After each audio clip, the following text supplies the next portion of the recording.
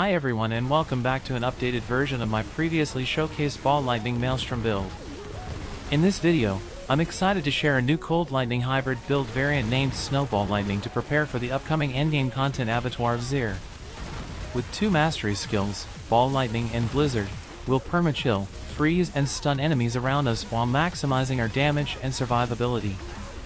I'll also show you how to switch things up with the Rasha's Iridescent loot malignant ring and how to unlock the 60% multiplicative damage boost to defeat Uber Lilith, Duriel, the Butcher and sweep through tier 100 nightmare dungeons in no time. The core principle of this build remains the same, dealing massive damage with Ball Lightning using the gravitational aspect and resetting our shock skill cooldowns by using the overflowing energy key passive. Not only do we get an almost constant 30% damage reduction by being able to cast Teleport every 4 to 8 seconds, but we can also cast Lightning Spear for stunning enemies and gain a multiplicative damage boost from the Conjuration Mastery passive, which reveals its true strength when Unstable Currents is active. What's unique about this build is that Blizzard is now part of our active skill rotation and the extended focus on cold-related passives. With the support of the Frozen Orb enchantment, we will chill and freeze everything around us to unlock damage multipliers from the control aspect and glyph against stunned, chilled, and frozen enemies and to get up to 52% additional damage reduction thanks to the Snow Guard aspect and Icefall Paragon board nodes. And that's not all, as we also benefit from Blizzard's lucky hit chance of 53%, so even if we cast Blizzard numerous times on enemies, we have an additional chance to generate primary resource, also because of how the skill tree has been set up. It's a win-win from a damage, survivability, and resource perspective. The build itself is as versatile as it can be regarding which enchantments to run, for example, Fire Bolt instead of Frozen Orb, and which passives and key passives to go for without requiring any unique or uber-unique items. For more toughness, we could exchange the overflowing energy key passive with Vir's Mastery, granting us 15% multiplicative damage to close enemies and 20% damage reduction from them. Instead of the Snow Guard aspect that provides us with 25% damage reduction when standing our own Blizzard, we can go with the Mage Lord's aspect to benefit from a similar damage reduction of up to 27%, to name a few adjustments in this direction. We could also return to the roots of the Soul Maelstrom build and replace Blizzard with Ice Armor without the need to change the skill tree or Paragon boards too much, providing great flexibility in that regard too. We are still using the Chain Lightning and Frozen Orb enchantment to benefit from primary resource restoration effects through Static Surge and applying additional chill to enemies. However, depending on the content, we could replace Frozen Orb with Fire Bolt for additional critical damage via Devouring Blaze or Teleport for improved movement and increased damage reduction. Still, my recommendation for taking on any challenge is to stay with Frozen Orb and its cold damage related synergies with Blizzard, Skill Tree, and the Paragon boards. On the helm, I've been mainly focusing on total armor, maximum mana, and a mix of lucky hit chance, maximum life, cooldown reduction, and intelligence. For now, it carries the aspect of disobedience for increased armor for 4 seconds when dealing any form of damage, but we might have to move this to the amulet if this armor increase isn't enough anymore for the new content to get up to 99% increased armor instead of 66%. The Godslayer Crown unique item is also a viable option for a damage increase of up to 60% to enemies around us. This effect can only occur every 12 seconds and lasts 3 seconds, which makes it very situational but ideal for boss encounters. Feel free to put in any uber unique item you might have for this slot and consider moving the disobedience aspect to the amulet as suggested before. The chest piece continues to have the ever-living aspect for less damage from crowd-controlled or vulnerable enemies and should ideally focus on damage reduction affixes. You can also go with Raiment of the Infinite to maximize your damage, but be aware that you will be losing a lot of damage reduction by doing so. We use the accelerating aspect on our gloves, with affixes around attack speed, critical strike chance, lucky hit chance, and restoring primary resource on lucky hit. Despite not actively using core skills, this aspect works well with the auto-casted Chain Lightning and Frozen Orb enchantment procs. If we need to move Disobedience to the amulet, this aspect can be replaced with the gravitational aspect for Ball Lightning. For the pants and the purpose of this build, I decided to replace Tybalt's wool with a new set of legendary pants with ranks to Ball Lightning while otherwise entirely focusing on our defenses. For ranks of Ball Lightning are equal to 18% damage, meaning we'll be missing out on 22% raw damage and the primary resource mechanic when becoming unstoppable. Tybalt's might still be an excellent choice for approaching the new endgame content, so feel free to exchange them to your liking. If you stay with the legendary pants, we use the Snow Guard's aspect to take 25% less damage while within our blizzard and for 3 seconds after. Depending on how hard this new content will be, we can also consider using the Mage Lord's aspect when using the Fierce Mastery key passive. However, we'd need to switch the aspects of our chest and pants then, as Mage Lord's isn't compatible with the pants. For the boots, Ace's Heirloom is still my go-to option as we benefit twice from it as our attack speed and critical strike chance skill with the increased movement speed, also thanks to the Ravenous Vampiric Power. While it can provide more than 30% additional critical strike chance, it also has critical strike damage and mana cost reduction. You don't need them for this build to work though. An alternative can be legendary boots focusing on reducing evade's cooldown on attacks, as this synergizes very well with the teleport enchantment. For the aspect, I'd probably start playing with the aspect of the Bounding Conduit or Ghost Walker. Both are playing nicely with Ball Lightning in close combat. Another option could be Flicker Step for reducing our ultimate cooldowns. We still use a wand for additional lucky hit chance, all stats, intelligence, and other damage-related affixes to boost our damage. It has the conceited aspect for increased damage while we have a barrier active. An alternative to this could be Ace's Ferocity if you plan to play with the Ace's Ferocity key passive, although you might want to switch out the aspect from our gloves or the control aspect on our ring with conceited to keep this additional damage multiplier. I've played with it many times but can hardly tell the difference besides that our mana is draining much faster, but maybe soon. For now, the amulet continues to have the essential gravitational aspect for maximizing the damage of Ball Lightning. It should have movement speed, mana reduction, ranks to mastery skills, and an affix for the passive of your choice. You should look for Conjuration Mastery, Elemental Dominance, Glass Cannon, Hoarfrost, or the Devouring Blaze passive. If needed, we'll have to move the gravitational aspect to one of our other gear pieces, I'm thinking gloves, as we might need the additional armor boost from Disobedience to stay alive in Abattoir of Zir. Our first ring is the new Malignant Ring Tal Rasha's Iridescent Loop. You can find everything about it in one of my other videos, also linked in the description. It's too good to be left out as it will give us a 60% multiplicative damage increase as we deal 4 types of elemental damage, lightning, cold, fire, and poison with the help of the Infection Vampiric Power. The second ring has the control aspect for 35% increased damage to stunned or frozen enemies. In the core build variant, I've been using the Storm Swell aspect on this ring for multiplicative damage to vulnerable enemies, which can now be found on our focus offhand, effectively replacing the Retribution aspect. If you are experiencing mana problems, you can mix and match the aspects on this ring with the Recharging or Prodigy aspect. Regarding stats, focus on critical strike chance and resource generation, paired with critical strike damage and damage to close enemies or maximum mana. We now use the Storm Swell aspect on the offhand, with stats focusing on restoring primary resource on lucky hit, resource generation, mana cost reduction, lucky hit chance, or cooldown reduction. With this setup, we are reaching 10k armor and almost 11k life. With Disobedience active on our helm, it even goes up to 13.8k armor. All resistances are at their maximum thanks to our Paragon boards. Similar to the core variant of this build, the focus is on damage to non-physical because of the Frigid Fate Paragon legendary node for additional damage to vulnerable enemies, and we are focusing more on damage reduction, especially the one coming from chilled enemies and blizzard.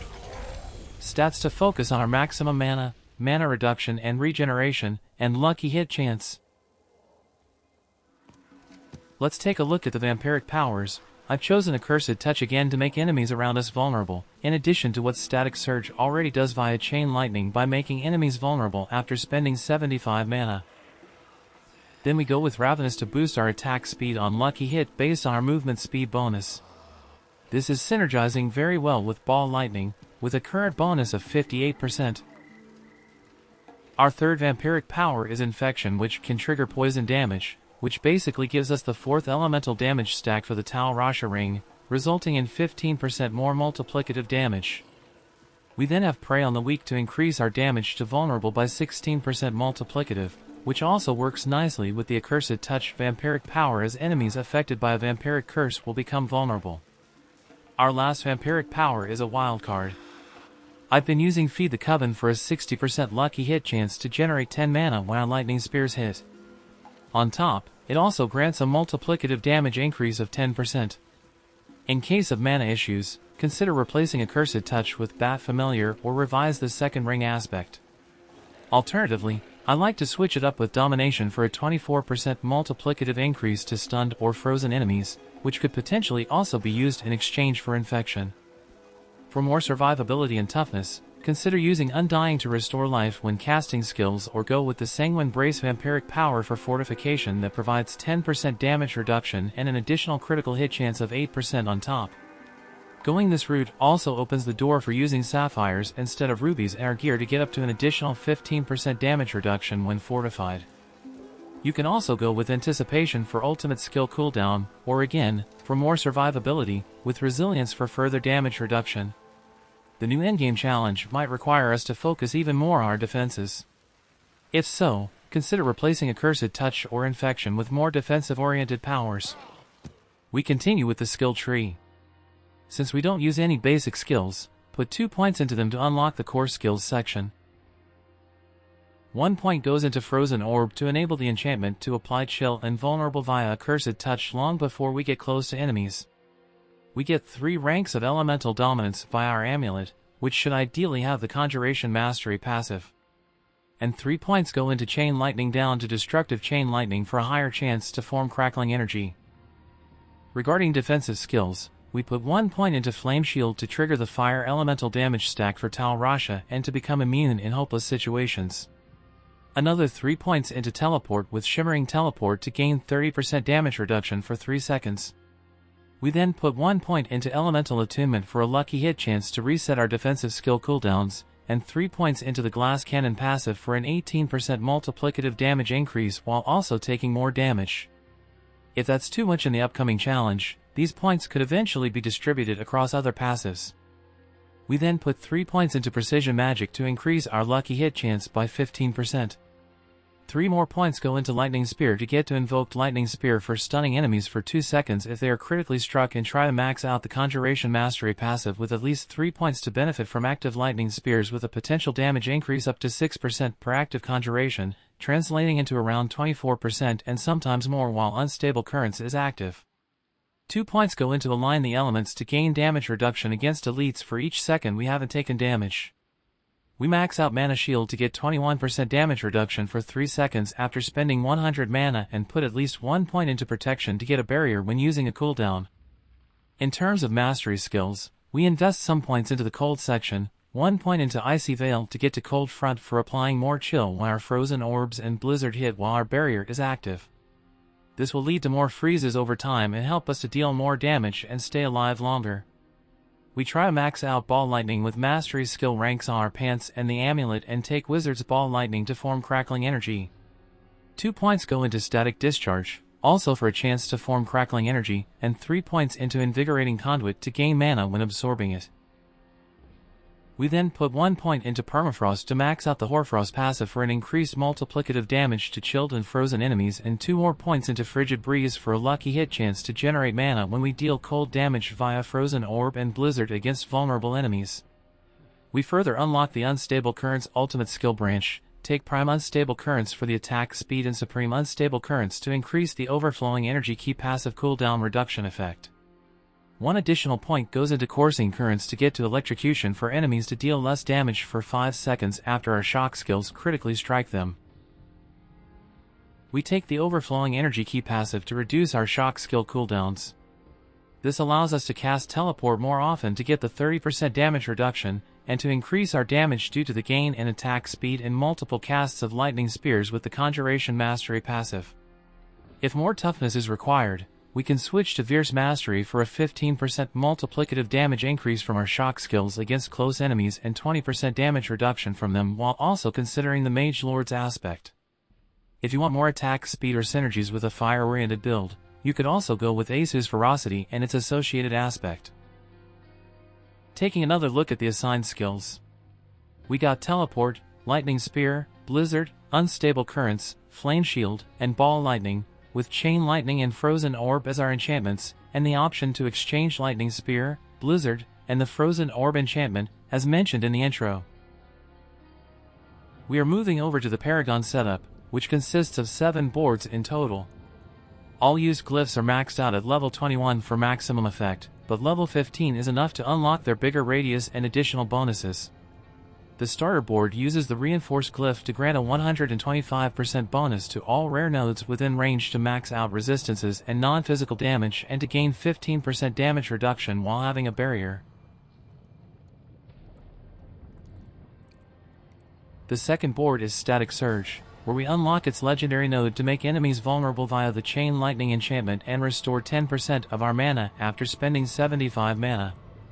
We continue to use the Adept glyph to boost our mastery skill damage and also increase the area of Ball Lightning and Blizzard by 20%. We also get the rare node bottom right to increase our mana pool by 16 points and take 2 more rare nodes before moving on to the third board. In contrast to the core version of this build, we don't grab the Enchantment Master legendary node anymore, although it would still be possible to do so by removing the 7th board in this build. Anyway, we go with the Elementalist glyph to benefit from the non-physical damage and resistance rare nodes and gain a 10% multiplicative damage increase with lightning and cold damage to enemies. The fourth board is Frigid Fate, where we grab its legendary node for another multiplicative damage increase of 21% due to the scaling of non-physical damage, which translates into cold damage. We use the control glyph for damage to crowd-controlled enemies and benefit from yet another multiplicative damage increase of 10% to chilled, up to 20% to stunned and frozen enemies. We further grab the rare node on the left for damage reduction from vulnerable. The fifth board is Icefall, where we are primarily interested in the damage reduction related nodes from chilled enemies. To get the most out of it, we go with the Tactician glyph for a 125% bonus to the rare node at the top. It also provides us with a damage increase of 10% for 4 seconds after casting a defensive skill. We will come back to this board at the end, but move on to the sixth board for now, Burning Instinct, without grabbing its legendary node.